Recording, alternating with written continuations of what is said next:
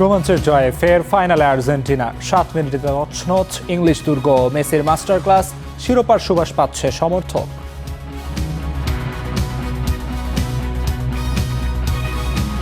এবার আমরা অবশ্যই চারটা লাগাবো। প্রেমিকা হতাশ করলো, আর্জেন্টিনা কখনো হতাশ করবে না।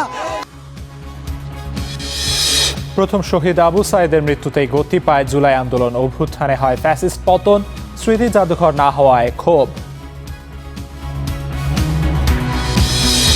কম্বোডিয়ায় সাইবার প্রতারণার ফাঁদ, নির্যাতনের শিকার হাজারো বাংলাদেশি। জুনে খালি হাতে ফিরছেন 600, সতর্কবার্তা রামরুর।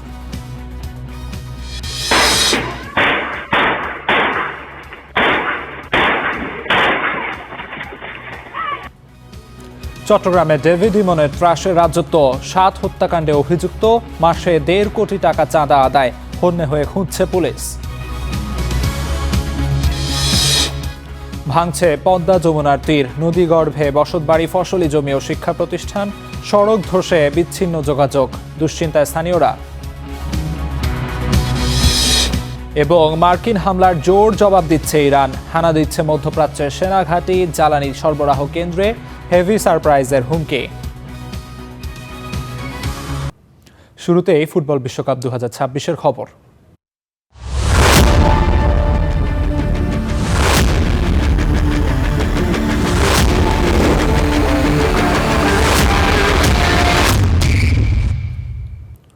আবারও আর্জেন্টিনা, আবারও লিও মেসির পায়ের জাদু। বিশ্বকাপের সেমিফাইনালে ইংল্যান্ডকে 2-1 গোলে হারিয়ে ফাইনালে আলবিসেলেস্তারা। মাঠে শারীরিক লড়াই, দুই দেশের ফকল্যান্ড ইতিহাস, সব মিলে আটলান্টা স্টেডিয়ামে যেন আসরের সেরা ম্যাচের সাক্ষী হলো ফুটবল ভক্তরা। Messi, Lionel Messi. ফুটবল পায়ে মানুষটাকে আপনি থামাবেন কিভাবে? মেরে মাটিতে ফেলে, কিংবা ম্যান মার্কিংয়ে ডিবক্সের বাইরে রেখে? আপনি যখন এসব চিন্তার পরিকল্পনা করছেন, তখন ডিবক্সের বাইরে থেকে আলতো পায়ের ছোঁয়ায় দারুণ 2 অ্যাসিস্টে মেসি দলকে নিয়ে যাচ্ছেন ফাইনালের মঞ্চে। আর আপনি হবেন নীরব দর্শক, চেয়ে দেখবেন আকাশী নীলদের বিজয় উৎসব। বিশ্বকাপের সেমিফাইনালে ইংল্যান্ড আর্জেন্টিনা ম্যাচে আবারও বাপায়ের জাদুতে মেসি বাঁচিয়ে রাখলেন আর্জেন্টিনার চতুর্থ বিশ্বকাপের স্বপ্ন। 115 মিনিটের ম্যাচ, ফাউল 26টা। মাঠে প্রথমার্ধের খেলায় যেন শারীরিক চ্যালেঞ্জটাকেই বেছে নিয়েছিল দুই দলের ফুটবলাররা। দ্বিতীয়ার্ধের শুরুতেই অ্যাটাকিং ফুটবলে ইংল্যান্ড 55 মিনিটেই পায় সাফল্যের দেখা। মর্গান রজার্সের ক্রসে দারুণভাবে জায়গা বানিয়ে অ্যান্থনি গর্ডনের ফিনিশিংয়ে এগিয়ে যায় 3 লায়ন্সরা। তবে গোল খেয়েই যেন বদলে যায় আর্জেন্টিনা। ইংল্যান্ডের ডিফেন্স ভেঙে বারবার গোলের চেষ্টায় ব্যর্থ হয়েছেন মেসি, ফার্নান্দেজরা। তবে 85 মিনিটে মেসির দেয়া পাসে এনজো ফার্নান্দেজের দূরপাল্লার শট দর্শক হয়েই দেখে রইলেন জর্ডান পিকফোর্ড। এক সমতায় তখন আটলান্টায় যেন প্রাণ ফিরে পায় আলবি সেলেস্তেরা। গল্পের তখনও বাকি। 90 মিনিটের পর যোগ করা হয় বাড়তি 9 মিনিট। তবে 92 মিনিটেই মেসির ডান পায়ের ক্রস, খানিক আগেই বদলি হিসেবে নামা লাউতারো মার্তিনেজের উড়ে আসা হেড, বাস তাতেই খেল খতম ইংল্যান্ডের। 2-1 ব্যবধানে ফাইনালের মঞ্চে নাম লেখায় মেসির Argentina. Redwan Shaon, star play. শেষ বাঁশি না বাজা পর্যন্ত আর্জেন্টিনার হার দেখতে নেই। নকআউটের প্রতিটি ম্যাচেই যেন প্রমাণ করেছে তা আলবিসেলেস্তারা। ম্যাচের পুরো সময় আর্জেন্টিনার বিপক্ষে থাকলেও শেষ বাঁশি বাজার পর হাসিটা ফোটে তাদের মুখেই। 7 মিনিটে ইংল্যান্ডকে হারিয়ে ব্রাজিল ও পর্তুগাল ফ্যানদের ফাঁকা করে দিল আর্জেন্টিনা। ইংলিশদের চূর্ণ বিচূর্ণ করতে স্রেফ 7 মিনিটই লেগেছে বিশ্ব চ্যাম্পিয়নদের। আর্জেন্টিনার বিপক্ষে শুরুতে গোল করতে নেই, কারণ পিছিয়ে পড়লেই আর্জেন্টিনা হয়ে ওঠে কতটা ভয়ঙ্কর তা আবারও প্রমাণ করল আলবিসেলেস্তেরা। ম্যাচ জয়ের ক্ষুধায় আর্জেন্টিনা হয়ে ওঠে চিতাবাঘ, সামনে যাকেই পাবে যেন ছিঁড়ে ফুঁড়ে খাবে। ইংল্যান্ডের বিপক্ষে 1 গোল হজম করার পর আর্জেন্টিনার অবস্থা হয়েছে সেরকমটাই। ইংল্যান্ডের ডিফেন্সকে রীতিমতো পাগল বানিয়ে দিয়েছে তারা। 1-0 গোলে এগিয়ে থেকে ইংল্যান্ড যখন বুনছিল জয়ের স্বপ্ন, ঠিক তখনই লিওনেল মেসির পাস ধরে ডিবক্সের বাইরে থেকে এনজো ফার্নান্দেসের শট। জর্ডান পিকফোর্ডের কিছুই করার ছিল না। সমতায় ফিরেই থামেনি আলবিসেলেস্তারা। যোগ করার সময়ে জয় নিশ্চিত করে। আবারও মেসির পা থেকে আসা বলেই হেড করে জালে পাঠান লাউতারো মার্তিনেজ। অ্যান্থনি গর্ডনের গোলে প্রথমে লিড নিয়েছিল ইংল্যান্ড, তবে এরপরই যেন খেলা ভুলে গিয়েছে ইংলিশরা। পুরোপুরি ডিফেন্স খেলতে গিয়ে ম্যাচের নিয়ন্ত্রণ হারিয়ে ফেলেছিল তারা, আর এই সুযোগটাই কাজে লাগিয়েছে আর্জেন্টিনা। ঘুরে দাঁড়িয়ে করেছে 2 গোল। ফাইনালে দেখা মিলবে ইয়ামাল মেসির দ্বৈরথ। ইয়াসির আরাফাত, সবুজ, স্টার প্লে। তাই এলো ইনোভার, যেন আপনি লাইফে থাকেন রেডি প্রতিদিন। Innova, designed for now. আর্জেন্টিনার বিদায় দেখার আশায় ড্যাফোডিলে জড়ো হয়েছিলেন অনেক ব্রাজিল সমর্থক, কিন্তু শেষ মুহূর্তে নাটকীয়তায় বদলে গেল সব হিসাব। ইংল্যান্ডকে হারিয়ে টানা দ্বিতীয়বারের মতো বিশ্বকাপের ফাইনালে আর্জেন্টিনা। ম্যাচের উত্তেজনার পাশাপাশি গ্যালারিতেও ছিল আর্জেন্টিনা ও ব্রাজিল সমর্থকদের আবেগ, উল্লাস আর খুনসুটি। আর্জেন্টিনা হারবে, হারবে না হারবে। কষ্ট লাগছে ভাইয়া, স্পেন ভাইয়া স্পেন। আমি ইংল্যান্ডের খেলা দেখে প্রচন্ড হতাশ। ম্যাচের আগে ব্রাজিল ফ্যানদের কথার লড়াই, ম্যাচ শেষেই ভূপাতিত। 26 বিশ্বকাপ কি তাদের শুধু কষ্টই দিবে? কামব্যাক দিব ভাই, স্পেন হয়ে কামব্যাক দিব। ইংল্যান্ডের দম্ভ চূর্ণ করে যখন আর্জেন্টিনা ফ্যানরা মেতেছে বাঁধ ভাঙা উল্লাসে, তখন ব্রাজিল ফ্যানদের আকাশে কালো মেঘ। অসংখ্য শুষ্ক মৌসুমে 1 ফোঁটা পানি পেয়েছিল, তাও আমরা আর্জেন্টিনা চুষে নিলাম। যখন 1-0 গোলটা হলো, দেখে মনে হচ্ছে ওরা গোল পায় নাই, ওরা বউ পায় গেছে। কুজোর পিঠ যখন দেয়ালে ঠেকে যায়, কুজো তখন R15 করে দৌড় দেয়। And it is best from আস। আমরা খেলবো, লামিন ইয়ামালকে মাথায় রাখতে হবে। He is going to face the greatest of all time with his left foot of god. কিন্তু ম্যাচের আগেও সেলেসাও ফ্যানদের ছিল বুক ভরা আশা, বিদায় হবে আর্জেন্টিনা। অনেকে তো মেসিদের সাপোর্ট করেছেন যাতে তারা হেরে যায়। যতগুলা দলকে সাপোর্ট করছি সব দলে হারছে, তাই আজকে আমি ঠিক করছি আমি আজকে আর্জেন্টিনা সাপোর্ট করব, যাতে আজকে আর্জেন্টিনা হারে। ব্রাজিল সমর্থকদের মন মতোই চলছিল সবকিছু। দ্বিতীয়ার্ধের 55 মিনিটে লিড পায় ইংল্যান্ড, কিন্তু গল্পের শেষটা তো রঙিন হওয়া চাই। সেটা বোধহয় মেসিদের চেয়ে কেউ ভালো পারে না। 7 মিনিটের মধ্যে জোড়া গোল, ব্যাস টানা দ্বিতীয়বারের মতো ফাইনালে আর্জেন্টিনা। ফ্যানদের তখন ঈদের চাঁদ দেখার খুশি। তো যারা ছিল তাদের কাছে একটাই কথা, তারা আর কোনোদিন খেলা দেখতে আইসো না, কিছু বলার নাই।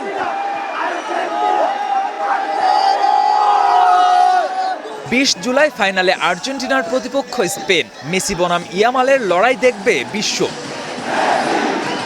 KM Sony, star play. Lionel মেসির 7 মিনিটের ঝলক, আর তাতেই ইংল্যান্ডকে 2-1 গোলে হারিয়ে ফাইনালে আর্জেন্টিনা। চাপা হতাশা উতরে আনন্দ উল্লাসে মাতোয়ারা আর্জেন্টিনার সমর্থকরা। ফাইনালে স্পেনকে হারিয়ে চ্যাম্পিয়ন হওয়ার প্রত্যাশা তাদের।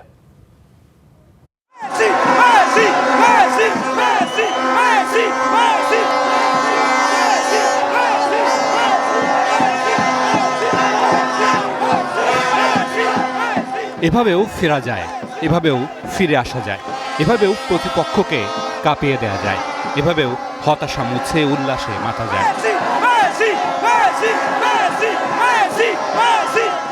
ম্যাচের 55 মিনিট আর্জেন্টাইন সমর্থকদের মুখে নেমেছিল একরাশ হতাশা, তবে বুকে ছিল একরাশ আশা। সেই আশা আশার বারুদ হয়ে ফুটেছে ফুটবল মাঠে। আমরা আশাহত হই নাই, আমরা মিজরের সাথেও কামব্যাক দিয়েছি। অনেকেই ভাবছিল যে আমরা রেফারির মানে সুবিধা নিয়ে দিতেছি বা ফিফার সুবিধা নিয়ে দিতেছি, কিন্তু আজকে আমরা প্রমাণ করেছি কামব্যাক দিয়ে আমরা কোনো সুবিধা নিয়ে জিতি নাই। আমরা আজকে সুস্পষ্ট প্রমাণ, যারা আগে বলছিল তারা ভুল বলছিল, তারা বিভ্রান্ত ছিল। ইংল্যান্ড অনেক ভালো ডিফেন্স করতেছিল, তো মনে হইতেছিল হবে না, তো তারপরও প্লেয়ারদের নিজের প্রতি বিশ্বাস ছিল। আমরা তো ফ্যান, আমরা তো ইমোশনাল হয়েছি। আর্জেন্টিনা কামব্যাক করতে জানে। প্রথমে ওরা ট্রাই করলো, ফেল হইলো, পরবর্তীতে আবার কামব্যাক জানে যে কিভাবে আবার কামব্যাক করে ফ্যানদের কিভাবে মন রক্ষা করতে হয় তারা জানে। মাত্র 7 মিনিটের গল্প, দুবার লিওনেল মেসির ঝলক, তাতেই সমর্থকদের চোখে খুশির ঝলক। ইংল্যান্ড যেমন চ্যালেঞ্জ দিয়েছে, তেমন স্পেন তেমন একটু চ্যালেঞ্জ দিতে পারবে না। ইনশাআল্লাহ হচ্ছে ফাইনালে আর্জেন্টিনা আরো ফুল রিদমে খেলবে এবং হচ্ছে চ্যাম্পিয়ন হবে ইনশাআল্লাহ। আসলে আমাদের কাছে লিওনেল মেসি আছে, ওর একটা মুহূর্ত লাগে জাস্ট ম্যাচটা ঘুরিয়ে দেওয়ার জন্য। এই যে আজকে যেমন উইক ফুটে যে সুন্দর ক্রসটা দিল, সো এরকম একটা মোমেন্ট আমরা আশা করি স্পেনের সাথে পাবো। মেসি যতদিন আছে ফাইনাল খেলবো, এবার আমরা অবশ্যই 4টা লাগাবো, 4টা। ফাইনালের প্রতিপক্ষ স্পেন, সেখানেও জেতার প্রত্যাশা আকাশে সাদা সমর্থকদের। প্রেমিকা হতাশ করলো, আর্জেন্টিনা কখনো হতাশ করবে না। আর্জেন্টিনা আমাদের প্রত্যেকবার চ্যাম্পিয়ন করে দেয়। 3 মাস খেলা করে মেসি হয় না, 30 বছর সাধনা লাগে। এবং এই 30 বছর সাধনার ফল হলো মেসি ক্যামলা। লাস্ট 10 মিনিটে যে কেলমা দিয়েছে এটা অসাধারণ, অতুলনীয়, অকল্পনীয়। খেলার লাস্ট 20 মিনিটে সর্বদা আর্জেন্টিনার উপরে একটা ভূত ছাড় করে, যার জন্য কোনো চাপ মুক্তভাবে লাস্টে কিভাবে কামব্যাক করছে এটা একমাত্র আর্জেন্টিনা এবং মেসির দ্বারাই সম্ভব। রাত গভীর হয়, গভীরে হারিয়ে যায় না উল্লাস, আনন্দ। এই উল্লাস চলতে থাকবে। রাত শেষে সকালের আলো ফুটবে আরও একটা নতুন দিনে, আরও একটা জয়ের আশায়।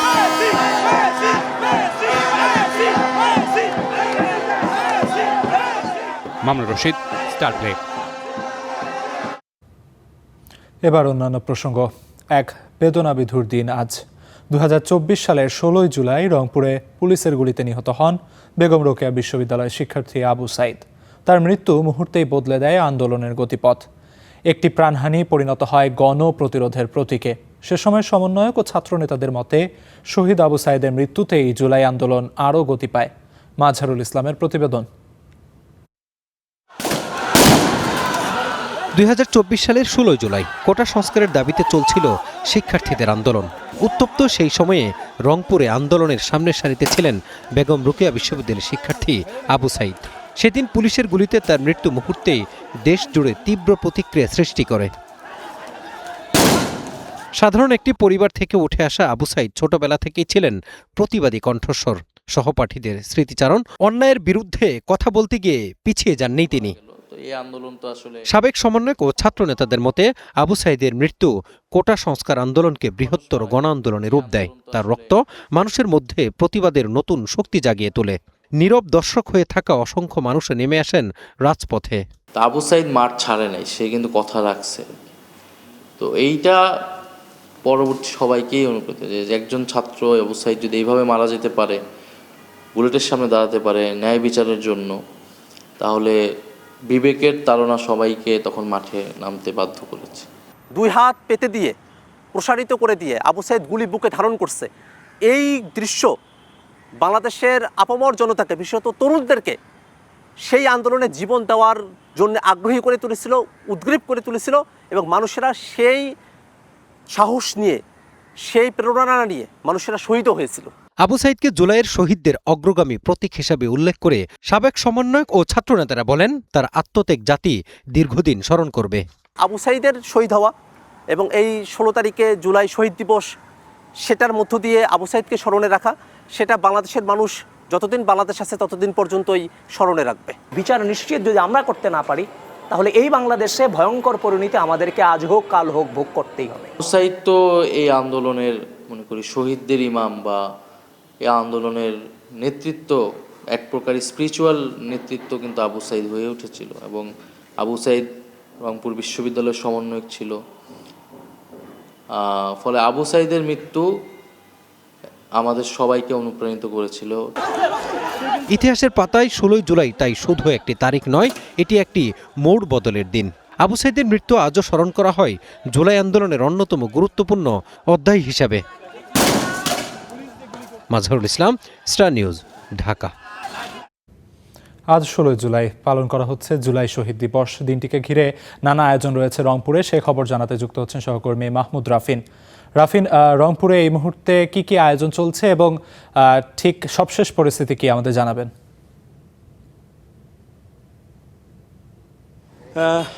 আজ জুলাই শহীদ দিবস।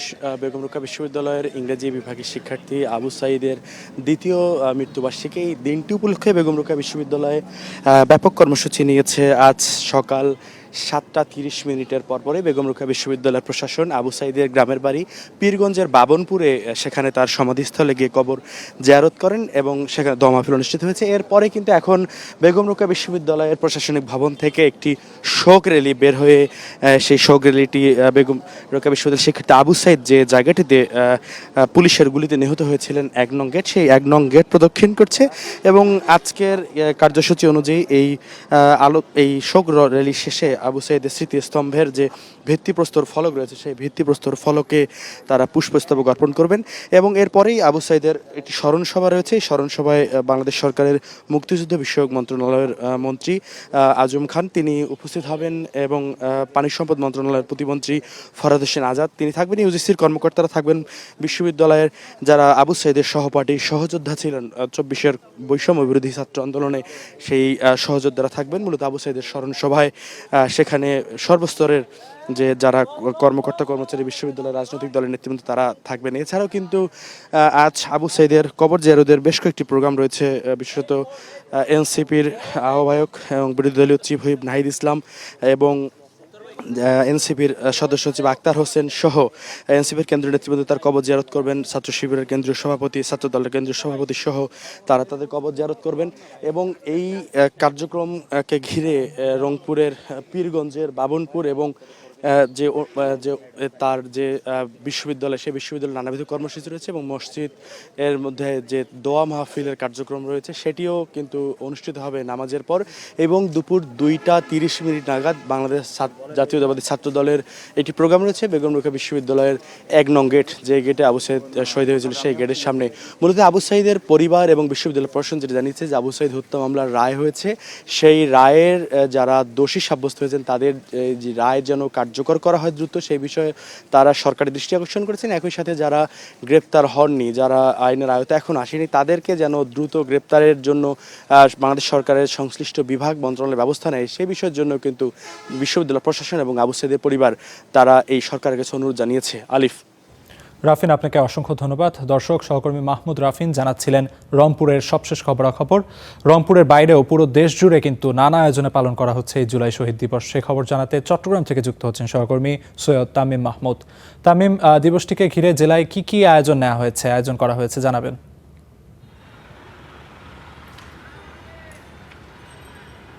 আমরা এই মুহূর্তে আছি চট্টগ্রামের নিউ মার্কেট মোড়, যেখানে জুলাই যে আন্দোলন শুরু হয়েছে সেই আন্দোলনের অন্যতম হটস্পট ছিল এই নিউ মার্কেট মোড় এবং সেখান থেকে কিন্তু আমরা দেখেছি যে আন্দোলনের সূত্রপাত এবং আন্দোলনের যে ছড়িয়ে যাওয়ার যে একটা সেই পরিস্থিতি এখান থেকে শুরু হয়েছিল এবং এখান থেকে আমরা চট্টগ্রামের যে নিউ মোড় আছে সেখানে কিন্তু ওয়াসিম শহীদ হন এবং এই শহীদকে এই শহীদ দিবসকে কেন্দ্র করে জুলাই যে শহীদ এটি কেন্দ্র করে কিন্তু বেশ কয়েকটি আয়োজন চট্টগ্রামে আছে।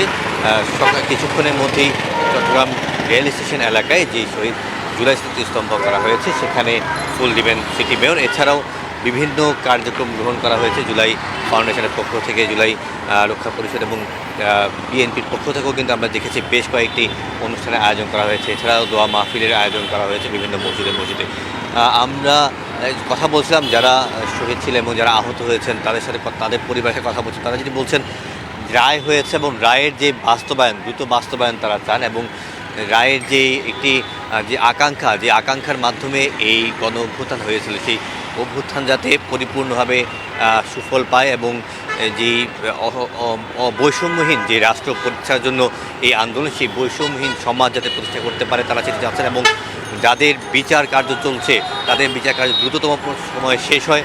যারা এইসব দেশের বাইরে পালিয়ে আছেন তাদের যাতে দ্রুত দেশে এনে তাদের বিচার সম্পন্ন করা হয় এবং বিচার সম্পন্ন করার পাশাপাশি রায়ও যাতে দ্রুত কার্যকর করা হয় তারা কিন্তু সেটি দাবি করছেন এবং যারা ভুক্তভোগী আছেন তারা এটিও বলছেন যে এখন পর্যন্ত কিন্তু প্রত্যেকেই কিন্তু এই সেবার যেই ধরনের সেবাগুলো পাওয়ার কথা তারা পাচ্ছেন না। তো সরকারের পক্ষ থেকে দৃষ্টি আকর্ষণ করেছেন যাতে তাদেরকে সেই সেবার আওতায় আনা হয় এবং যারা এই পর্যন্ত বিভিন্নভাবে হয়রানির শিকার হচ্ছেন এখনও তাদেরকে যাতে এই হয়রানি বন্ধ করা হয়। এছাড়া আমরা দেখেছি বিভিন্ন জায়গায় কিন্তু যারা আহত হয়েছিলেন তারা কিন্তু এখনও যে চিকিৎসা সেবা সেই সেবাটা পরিপূর্ণভাবে পাচ্ছেন না বলে একটা অভিযোগ করছেন। তবে তারা বলছেন যাতে তাদের সেবাও নিশ্চিত করা হয় এবং এই যে আজকে যে জুলাই দিবসে এইটিকে কেন্দ্র করে যাতে তাদের যে চাওয়া পাওয়াগুলো দ্রুত বাস্তবায়ন করা হয় এবং জুলাইয়ের যে স্পিরিট সেই স্পিরিটকে ধারণ করে আগামী বাংলাদেশ গড়া যায় সেটি তারা বলছেন। এই ছিল চট্টগ্রাম থেকে আমার কাছে সবচেয়ে সংবাদ। আলী। তামিম, আপনাকে অসংখ্য ধন্যবাদ। দর্শক, সৈয়দ তামিম মাহমুদ জানাচ্ছিলেন চট্টগ্রাম থেকে জুলাই শহীদ দিবস ঘিরে যে আয়োজন তার সবশেষ খবরাখবর। 24-এর গণ অভ্যুত্থানের প্রথম শহীদ আবু সাঈদের রক্তে লেখা হয়েছিল বাংলাদেশের নতুন এক অধ্যায়, অথচ তার স্মৃতি সংরক্ষণের ঘোষণা এখনও বাস্তবায়নের অপেক্ষায়। দ্বিতীয় মৃত্যুবার্ষিকীতেও স্মৃতিস্তম্ভ, জাদুঘর আর তোরণ নির্মাণের কাজ শুরু না হওয়ায় উঠছে নানা প্রশ্ন। বিস্তারিত মাহমুদ রাফিনের রিপোর্টে। 2024-এর 16 জুলাই কোটা সংস্কার আন্দোলন ঘিরে উত্তাল রংপুর। সেদিন পুলিশের গুলিতে প্রাণ হারান বেগম রোকেয়া বিশ্ববিদ্যালয়ের শিক্ষার্থী আবু সাইদ। জুলাই আন্দোলনে প্রথম শহীদ হন তিনি। আন্দোলন রূপ নেয় গণ অভ্যুত্থানে, সারা দেশে ছড়িয়ে পড়ে বিক্ষোভ। আবু সাইদের স্মৃতি সংরক্ষণে বেগম রোকেয়া বিশ্ববিদ্যালয়ে মেগা প্রকল্পের উদ্যোগ নেয় অন্তর্বর্তীকালীন সরকার। পরিকল্পনায় ছিল আবু সাইদ তরুণ জাদুঘর ও স্মৃতিস্তম্ভ নির্মাণ। 2025 সালের 16 জুলাই ভিত্তিপ্রস্তর স্থাপন করা হয়, কিন্তু কাজের অগ্রগতি নেই। এতে হতাশ শিক্ষার্থীরা। যেরকম ইন্টারিম থেকেও আশ্বাস পেয়ে হতাশায় আমরা নিমজ্জিত। পাশাপাশি বর্তমান সরকারেরও তেমন কোনো উদ্যোগ দেখি না এই বিষয়ে। জুলাই বিপ্লবের আসলে অগ্রনায়ক ছিলেন তিনি, অথচ সেই শহীদ আবু সাইদের বিশ্ববিদ্যালয়ে তার কোনো চিহ্ন নেই এবং এসব জিনিসের দৃশ্যমান কোনো পদক্ষেপ নেই। এটা আসলে বলতে পারেন একটা অন্তর্বর্তীকালীন সরকারের ব্যর্থতা ছিল। জীবন দিয়ে গেলেন, কিন্তু আমরা তাকে বাঁচিয়ে রাখার জন্য আমাদের বিশ্ববিদ্যালয়ে তার কোনো স্মৃতিস্তম্ভ আমরা এখন পর্যন্ত প্রতিষ্ঠা করতে পারলাম না। এটা খুবই লজ্জাজনক। এসব প্রকল্প বাস্তবায়ন না হওয়ার কারণ হিসাবে বিশ্ববিদ্যালয় প্রশাসনের আন্তরিকতার অভাবকে দায়ী করছে সচেতন মহল। যথাসময়ে যেহেতু হয়নি, আর যেন কালক্ষেপণ না হয়, অতি দ্রুত এই তিনটি জিনিস বাস্তবায়ন দেখতে চায়। জুলাইয়ের সাথে সম্পৃক্ত যারা, তারা এবং যারা মনে করে যে আবু সাইদের এই আত্মহতি শুধু একটি আত্মহতি নয়, পরবর্তী প্রজন্মের জন্য একটা নতুন উদ্দীপনা, নতুন সাহস। বিশ্ববিদ্যালয় প্রশাসনের দাবি, শহীদ আবু সাইদ স্মৃতিস্তম্ভ ও জাদুঘর নির্মাণের বিষয়টি প্রক্রিয়াধীন, আর তরুণ নির্মাণের টেন্ডারও সম্পন্ন হয়েছে। মিউজিয়ামের বাজেটটা আমরা এখনো পাই নাই, কিন্তু তরুণের যে অর্থায়ন সেটা অলরেডি একাডেমিক এবং প্রশাসনিক যে কার্যক্রম এটা সম্পূর্ণ হয়েছে এবং এটা টেন্ডার লাইফে আছে। এটা যে কাজটা পাবে, কাজটা পাইলেই আমরা ওপেন করলেই সে কাজটা শুরু করতে পারবে, এটার কোনো বাধা নেই। বিশ্ববিদ্যালয়ে শহীদ আবু সাইদের নামে একটি আবাসিক হল নির্মাণের ঘোষণাও দিয়েছে প্রশাসন। মাহমুদ রাফিন, স্টার নিউজ, রংপুর। উচ্চ বেতনের চাকরির প্রলোভনে কম্বোডিয়ায় গিয়ে সাইবার প্রতারণা চক্রের ফাঁদে পড়ছে হাজার হাজার বাংলাদেশি। শারীরিক ও মানসিক নির্যাতনের শিকার হয়ে অধিকাংশকেই দেশে ফিরে আসতে হচ্ছে খালি হাতে। শুধুমাত্র জুন মাসেই কম্বোডিয়া থেকে দেশে ফিরেছে প্রায় 600 বাংলাদেশি। এদিকে প্রতারণার অভিযোগ পেলে ব্যবস্থা নেওয়ার আশ্বাস দিয়েছেন প্রবাসী কল্যাণ ও বৈদেশিক কর্মসংস্থান প্রতিমন্ত্রী। বিস্তারিত জানাচ্ছেন ইমতিয়াজ আহমেদ। আমাদের রোল থাকে একটা মেয়ের রোল। উন্নত যে দেশগুলো, ইউরোপ হতে পারে, মিডল ইস্ট হতে পারে, আমরা ওইগুলো টার্গেট করে একজন ব্যক্তির প্রোফাইলে যাই। অনেক সময় আমাদের কোম্পানির যে মডেল থাকে, সেই মডেল দিয়ে তার সাথে 1-2 বার ভিডিও কলে কথা বলানো হয়। এরপরে ধীরে ধীরে ওরে আমরা পরিচয় করে দিই স্ক্যামের যে আমাদের প্ল্যাটফর্মটা, সেটার সাথে পরিচয় করাই। দক্ষিণ পূর্ব এশিয়ার দেশ কম্বোডিয়ায় উচ্চ বেতনে কম্পিউটার অপারেটর পদে লোভনীয় চাকরির প্রলোভনে পড়ে এভাবেই নিঃস্ব হচ্ছেন হাজার হাজার বাংলাদেশি তরুণ। সরকারি সংস্থা বিএমএটির অনুমোদন নিয়েই বাংলাদেশ থেকে দেশটিতে জনশক্তি পাঠাচ্ছে দেশীয় দালাল ও কিছু অসাধু রিক্রুটিং এজেন্সি। সম্পূর্ণ বৈধ পথে বাংলাদেশ থেকে প্রথমে কম্বোডিয়ার রাজধানী নমপেনে নিয়ে যাওয়া হয় প্রবাসীদের। এরপর সেখানে তাদের তুলে দেওয়া হয় দেশটিতে থাকা দালাল চক্রের হাতে। মূলত তাদের হাত ধরে কম্বোডিয়ার বিভিন্ন অঞ্চলে ছড়িয়ে ছিটিয়ে থাকা সাইবার স্ক্যাম কম্পাউন্ডগুলোতে বিক্রি করে দেওয়া হয় তাদের। শুরু হয় এক বন্দি জীবন, যেখানে তাদের একমাত্র কাজ উন্নত বিভিন্ন দেশের নাগরিকদের প্রতারণার ফাঁদে ফেলে বড় অঙ্কের টাকা হাতিয়ে নেওয়া। আর যদি কেউ এই কাজ করতে রাজি না হয় অথবা টার্গেট পূরণে ব্যর্থ হয়, তাহলে শুরু হয় অমানবিক নির্যাতন। ডেইলি টার্গেট, সাপ্তাহিক টার্গেট, মান্থলি টার্গেট, 3 রকম টার্গেট থাকে। কোনো একটা যদি ফিল আপ করতে না পারে তাহলে টর্চার করে, ইলেকট্রিক স্টিকগুলো দিয়ে টর্চার করে। চুপড় সব খুলে তারপরে বিভিন্ন জায়গাগুলোতে ইলেকট্রিক শক দেওয়া হয়, হুটহাট বাড়ি দেওয়া হয়, ঘুষা দেয়। বিএমএটির তথ্য অনুযায়ী 2024 সাল থেকে চলতি বছর পর্যন্ত গেল 2.5 বছরে বাংলাদেশ থেকে কম্বোডিয়া গেছে 17,013 জন। এর মধ্যে গেল 6 মাসে গিয়েছেন 3,660 জন। প্রতারণার ফাঁদে পড়ে শুধুমাত্র গেল জুনে দেশে ফেরত এসেছেন 583 জন। কম্বোডিয়ায় জনশক্তি রপ্তানি করে প্রতারণার ফাঁদে ফেলার বিষয়ে সবচেয়ে বেশি অভিযোগ পাওয়া যায় স্যাম ইন্টারন্যাশনালের বিরুদ্ধে। বাইরার ওয়েবসাইটে দেওয়া ঠিকানা অনুযায়ী রাজধানীর শান্তিনগরে গেলে প্রতিষ্ঠানটির অস্তিত্বই মেলেনি। এখানে ছিল তো, এখন পুরানি ছিল, আগে ছিল, এখন আর নাই, এখন নতুন অফিস।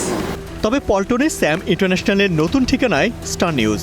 প্রতিষ্ঠানটির ম্যানেজিং পার্টনার আব্দুস সাত্তারের সঙ্গে দেখা করতে চাইলেও অনেকক্ষণ অপেক্ষা করিয়ে জানানো হয় তিনি কথা বলতে প্রস্তুত নন। আপনারা কথা বলবেন, তবে এই জন্য একটু সময়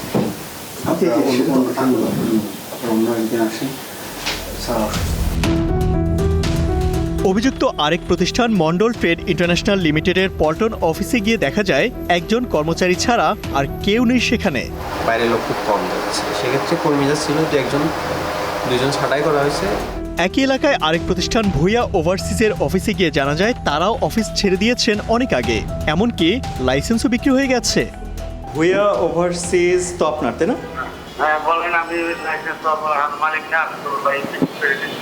এখন কি আপনাদের অফিস নেই?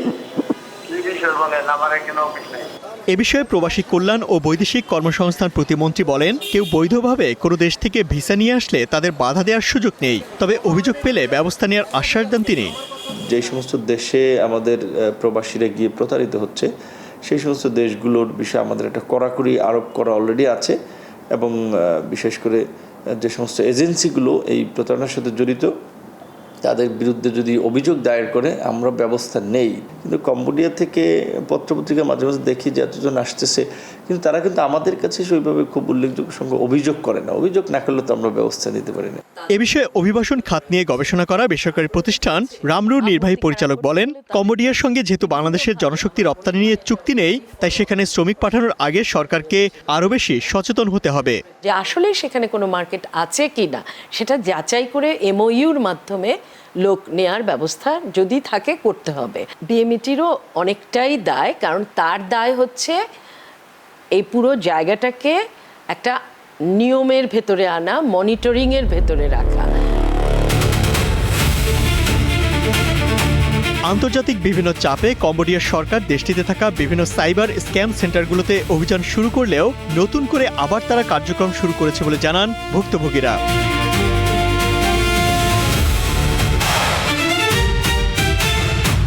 Imtiaz Ahmed, Star News, Dhaka. চট্টগ্রামের ত্রাস এখন আন্ডারওয়ার্ল্ডের সন্ত্রাসী ডেভিড ইমন। 2 বছর আগে আলোচনায় আসা ইমন এরই মধ্যে জড়িয়েছে চাঞ্চল্যকর 7 হত্যাকাণ্ডে। বিদেশে পলাতক শীর্ষ সন্ত্রাসী বড় সাজ্জাদের হয়ে চট্টগ্রাম শহর থেকে রাউজান পর্যন্ত অপরাধ জগতে নিয়ন্ত্রণ করছে এই ডেভিড ইমন, যাকে এখন হন্যে হয়ে খুঁজছে আইনশৃঙ্খলা বাহিনী।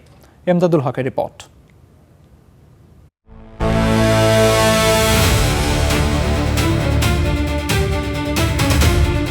দুদিনের মধ্যেই কোটি টাকা চাঁদা দিতে হবে, না দেয়ায় হুমকি মতো দুদিনের মধ্যেই এমন হামলায় আতঙ্কে পুরো চট্টগ্রামের ব্যবসায়ীরা। ঘটনার পর আবারও সামনে আসে সন্ত্রাসী ডেভিড ইমনের নাম। কে এই ডেভিড ইমন, কি তার পরিচয়? 5 আগস্টের পট পরিবর্তনের পর পুলিশের তালিকার শীর্ষ সন্ত্রাসী সাজ্জাদ হোসেন ওরফে বড় সাজ্জাদের অনুসারী হিসেবে আসে মোবারক হোসেন ইমন ওরফে ডেভিড ইমনের নাম। 2 বছরে একে একে 7 হত্যাকাণ্ডের আসামি সে।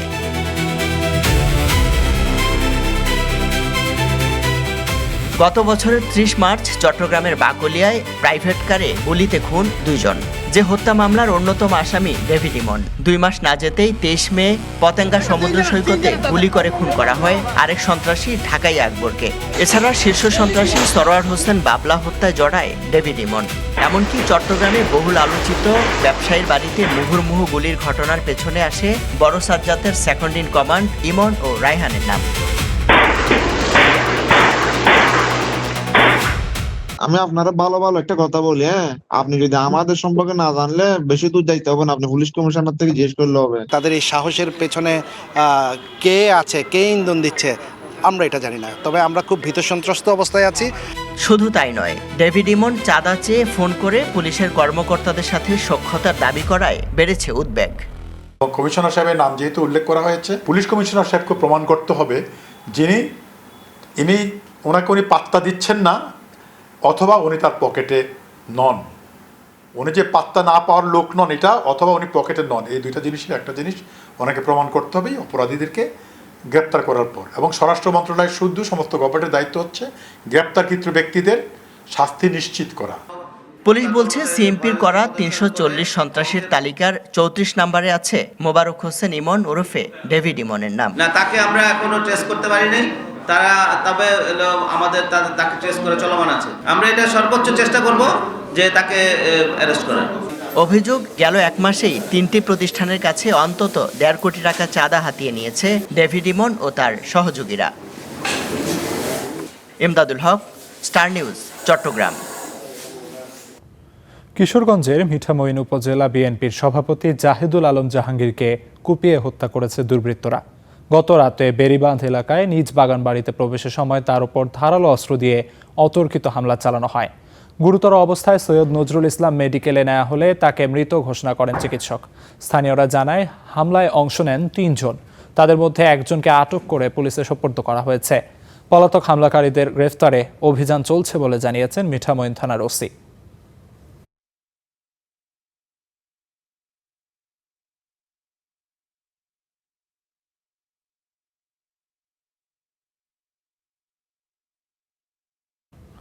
পাবনার বনগ্রামে দুর্ঘটনার কবলে পড়েছে লাশবাহী অ্যাম্বুলেন্স। এ ঘটনায় প্রাণ গেছে 2 জনের। আরও খবর জানাতে যুক্ত হচ্ছেন সহকর্মী শামসুল আলম।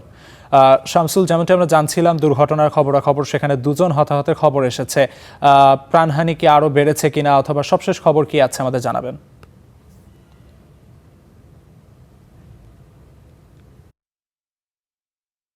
না, প্রাণহানির নতুন করে কোনো খবর আসেনি। এই ঘটনায় 2 জন মারা গেছেন। তবে এই ঘটনায় 3 জনের মরদেহ উদ্ধার করা হয়েছে, কারণ লাশবাহী যে অ্যাম্বুলেন্সটি ছিল সেই অ্যাম্বুলেন্সে একজনের মরদেহ কিন্তু আগে ছিল। সেই মরদেহটি রাজশাহী থেকে পাবনা নেওয়ার পথে যখন ঘটনাস্থলে পৌঁছায় এবং বিপরীত দিক থেকে ঢাকা থেকে পাবনা অভিমুখে পাবনা এক্সপ্রেস বাসটি ঘটনাস্থলে পৌঁছলে মুখোমুখি সংঘর্ষ হয় এবং এই সংঘর্ষেই 2 জন মারা যায়। অ্যাম্বুলেন্সে যে লাশটি ছিল সেই লাশের আত্মীয় অর্থাৎ তার নানি বুলু খাতুন ঘটনাস্থলে মারা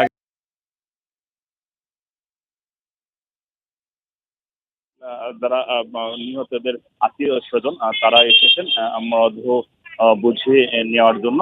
পাশে যে অ্যাম্বুলেন্স দুটি রয়েছে সেই অ্যাম্বুলেন্স দুটিতেই কিন্তু নিহতদের মরদেহ রয়েছে।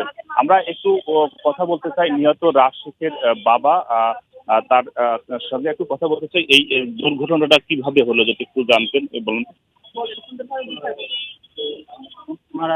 না, এই ঘটনার এই অ্যাক্সিডেন্টের ঘটনা কিভাবে হয়েছে?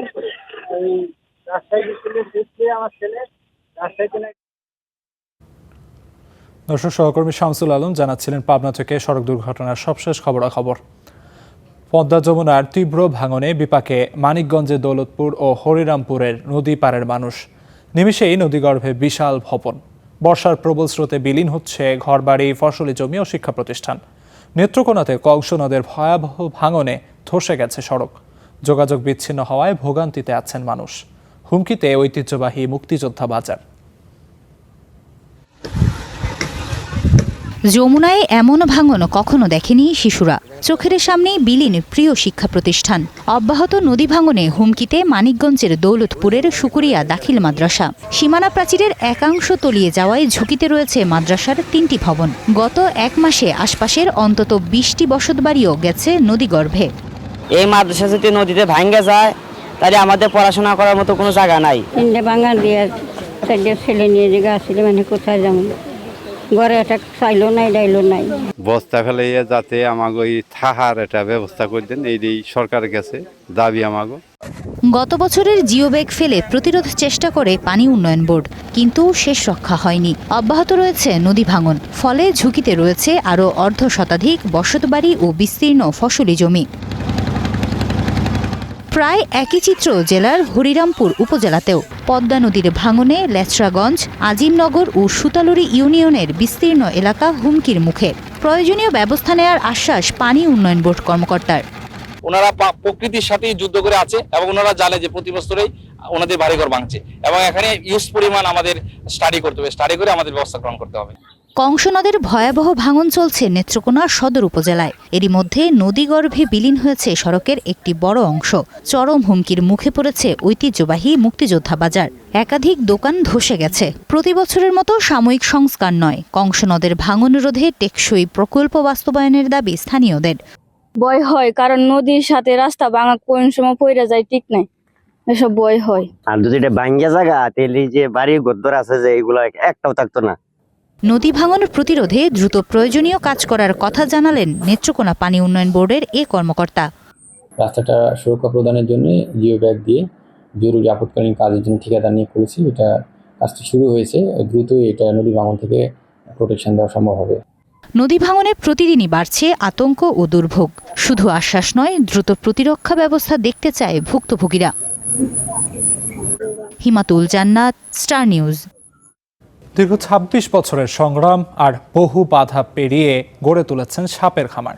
বিষ উৎপাদনে পেয়েছেন সরকারি অনুমোদনও, তবে নেই কাঙ্ক্ষিত ক্রেতা। ওষুধ কোম্পানিগুলো বিদেশ থেকে আমদানি করলেও আগ্রহ নেই দেশে উৎপাদিত বিষ কিনতে। সব মিলিয়ে বিপাকে পটুয়াখালীর সাপের খামারি রাজ্জাক বিশ্বাস। ছোট ছোট কাঠের বাক্স, ভেতরে যত্নে রাখা ভয়ঙ্কর সব বিষধর সাপ। ২০০০ সালে প্রবাস জীবন ছেড়ে দেশে ফেরেন পটুয়াখালীর রাজ্জাক বিশ্বাস। ভিন্ন কিছু করার চিন্তা থেকে গড়ে তোলেন এই সাপের খামার। এরপর পদে পদে পড়েন বাধার মুখে। আমার একেবারে নিঃস্ব অবস্থায়, মূলত আমি অনেক মিডিয়াতে আমার কান্নাকাটি আকুতি বিনতি বাংলার সবাই শুনছে, এমন না যে বিশ্বে কেউ শোনেনি। দীর্ঘ ২৬ বছরের সংগ্রাম শেষে বিষ উৎপাদনের অনুমোদন পায় তার বাংলাদেশ স্নেক ভেনম। কিন্তু আবারও বাধা। যে বিষ উৎপাদনের জন্য এত বছরের বিনিয়োগ, সেই বিষের নেই কোনো ক্রেতা। এটা মূলত একেবারে রেডি করা নিয়ে আসে, ওরা ব্যবহার করে অ্যান্টিভেনাম, সেটাও প্রসেস করা হয় ইন্ডিয়া থেকে। আমাদের দেশে মূলত এই ধরনের কার্যক্রম চালু ছিল না। আমি অনেকগুলো ফার্মাসিউটিক্যাল কথা বলছি, ওরা বলছে হ্যাঁ এটা চালু করা আমাদের প্রয়োজন, আমরা করব। কিন্তু দেখা আছে এ নিয়ে প্রাণী সম্পদ অধিদপ্তর বলছে বিষয়টি নতুন হওয়ায় প্রয়োজন নীতিগত সমন্বয়ের। তাকে একটি দরখাস্ত করতে হবে প্রাণী সম্পদ অধিদপ্তর বরাবর, ডিজি বরাবর। সেই ডিজির মাধ্যমে যদি কোনো ফার্মাসিউটিক্যাল এগিয়ে আসে তাহলে তার লিঙ্কেজ তৈরি হবে এবং এই সাপের খামার থেকে উৎপাদিত ভেনম বাংলাদেশে এবং পৃথিবীতে অন্যান্য রাষ্ট্রে বাজারজাত। ২ যুগের বেশি সময় ধরে বিনিয়োগ করতে থাকা প্রতিষ্ঠানটি এখন বন্ধের পথে। জীবিকা নিয়ে শঙ্কায় কর্মচারীরা। লাভের আশায় আমরা কাজ করতে আছি, সরকার যদি সহযোগিতা করে আমরা সামনের দিকে আগাতে পারবো, আমরা এই ফার্মে চাকরি করতে পারবো। উনি এই খামার নিয়ে অনেক কষ্ট সাধনা করতেছে, উনি খুবই এখন অভাবী হয়ে গেছে। যদি এই খামারটা যদি উন্নতি হয় তাহলে আমার ভাই একটু সামনে আগাতে পারে। আন্তর্জাতিক মান নিশ্চিত করা গেলে খাতটি হতে পারে দেশের বায়োটেক শিল্পের নতুন সম্ভাবনা। Desk report, star news. এবারে আন্তর্জাতিক প্রসঙ্গ। এক রাতে ইরানে 2 দফা হামলা চালিয়েছে যুক্তরাষ্ট্র। ইরানমুখী জাহাজেও চালিয়েছে হামলা। বিপরীতে মধ্যপ্রাচ্যের মার্কিন ঘাঁটিগুলোকে টার্গেট করেছে ইরান। এই যখন হামলা পাল্টা হামলার পরিস্থিতি, তখন মার্কিন প্রেসিডেন্ট ট্রাম্পের দাবি সমঝোতার জন্য মরিয়া হয়ে আছে ইরান। যদিও ট্রাম্পের এই মন্তব্যের জবাবে ইরানের স্পিকার বাঘের গালিবাফ স্পষ্ট জানিয়ে দিয়েছেন, ওয়াশিংটন যদি সমঝোতা স্মারকের শর্ত না মানে তাহলে সেটি থেকে বেরিয়ে যাবে তেহরানও। গত রোববার থেকে শুরু হওয়া এই হামলায় এখন পর্যন্ত ইরানে ৩৫ জন নিহত ও ৩০০ জন আহত হয়েছে বলে জানিয়েছে ইরানের স্বাস্থ্য মন্ত্রণালয়। মার্কিন নৌ অবরোধ উপেক্ষা করে ইরানের তেল রপ্তানির প্রধান কেন্দ্র খার্ক দ্বীপের দিকে যাচ্ছিল একটি খালি ট্যাঙ্কার। মাঝপথেই হেলফায়ার ক্ষেপণাস্ত্র ছুড়ে এভাবেই সেটিকে অচল করে দেয় যুক্তরাষ্ট্র। একই দিনে হরমুজ প্রণালী ঘিরে ইরানের উপকূলীয় সামরিক স্থাপনায় একাধিক দফায় বিমান হামলা চালায় মার্কিন বাহিনী।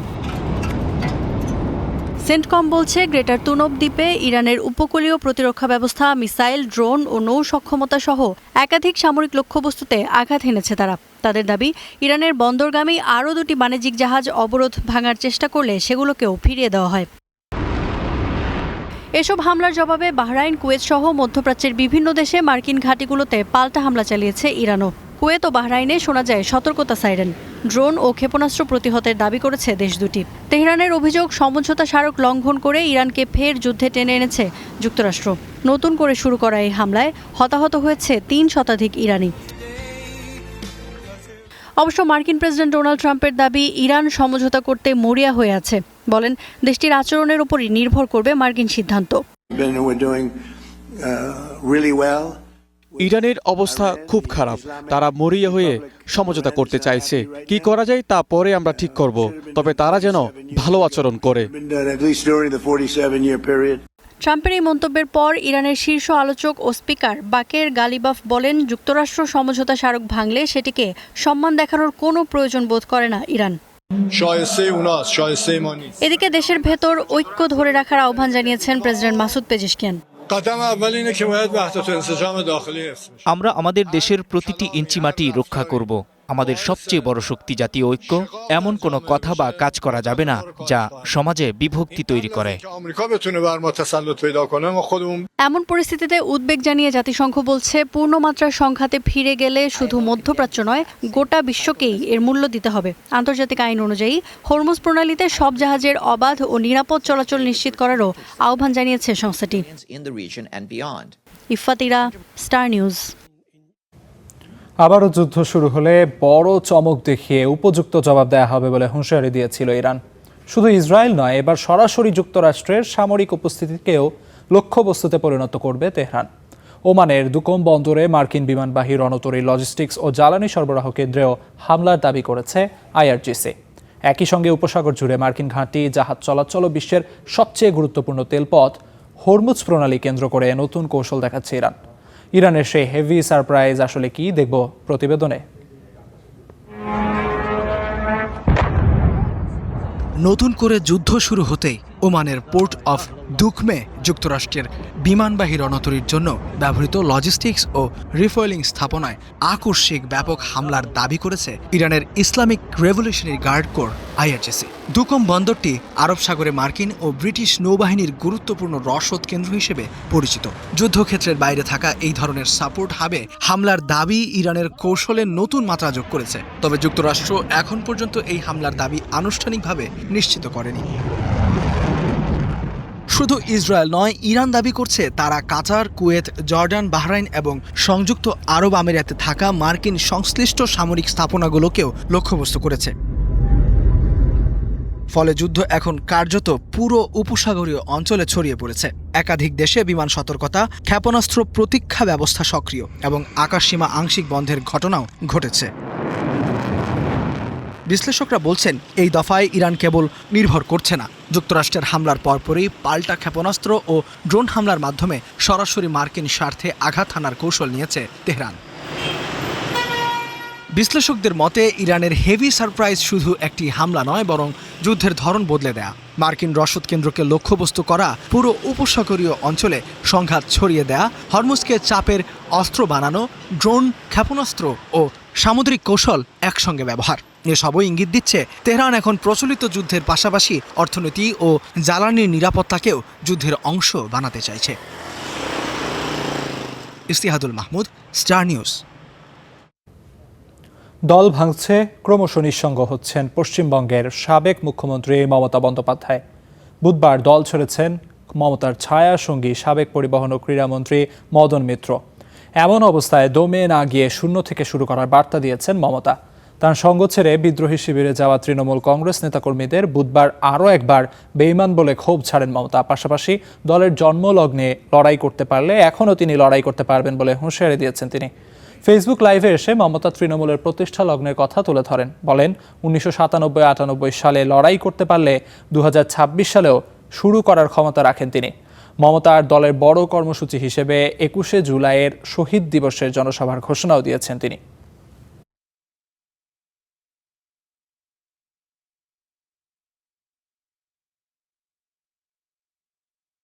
এবং যাদেরই লাগেজ ব্যাগেজ প্যাকেজ আছে তারাই কিন্তু আজকে বিজেপির কোলে দোলা খাচ্ছে। তাদের দোলা খেতে দিন। আমাদের সারা জীবনই সংগ্রাম করে বাঁচতে হয়েছে। যখন আমাদের সরকারও ক্ষমতায় ছিল, যখন বিরোধী দলে ছিলাম, সংগ্রাম করতাম, মার খেতাম, কিন্তু লড়াই কখনো থামায়নি। যাদের আজকে আপনারা বলছেন বাহানা দেখিয়ে যে অভিষেক হচ্ছে আপনাদের আয়না, তাই আপনারা চলে যাচ্ছেন, এটা আপনাদের বাহানা। অভিষেকের সব অন্যায় ক্ষমা হয়ে গেছে যদি আপনাদের চোখে কোনো অন্যায়ও করে থাকে, যে সে আজকে লড়ে যাচ্ছে বাঘের মতো। আমার ছবির দরকার নেই, কারো ছবির দরকার নেই। তৃণমূলের সিম্বলটা দেবেন আর বিড়লা প্ল্যানেটেরিয়াম চলো বা কলকাতা চলো স্লোগানটা রাখবেন। আর জায়গাটা হচ্ছে বিড়লা প্ল্যানেটেরিয়াম আমাদের। ভুল করে অন্য জায়গায় যাবেন না। পুলিশ যদি অন্য জায়গায় ঢুকিয়েও দেয়, বাঁধ ভেঙে চলে আসবেন। এই ছিল স্টার নিউজের এখনকার আয়োজনে। এতক্ষণ সাথে থাকার জন্য ধন্যবাদ।